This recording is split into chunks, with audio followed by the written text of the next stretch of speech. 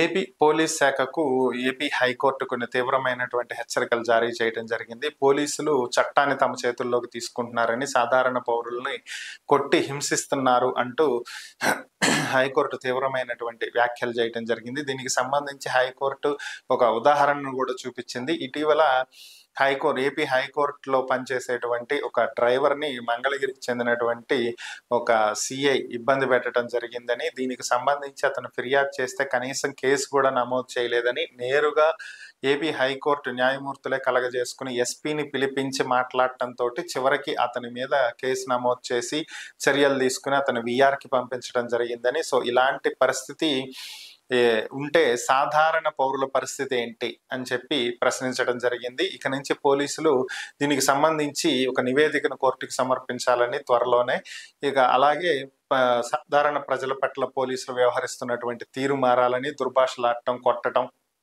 చట్టాన్ని చేతుల్లోకి తీసుకుంటాం, ఇటువంటి చర్యలకు పాల్పడితే ఊరుకునేది లేదు అన్నట్లుగా హైకోర్టు తీవ్రమైనటువంటి హెచ్చరికలు జారీ చేసింది.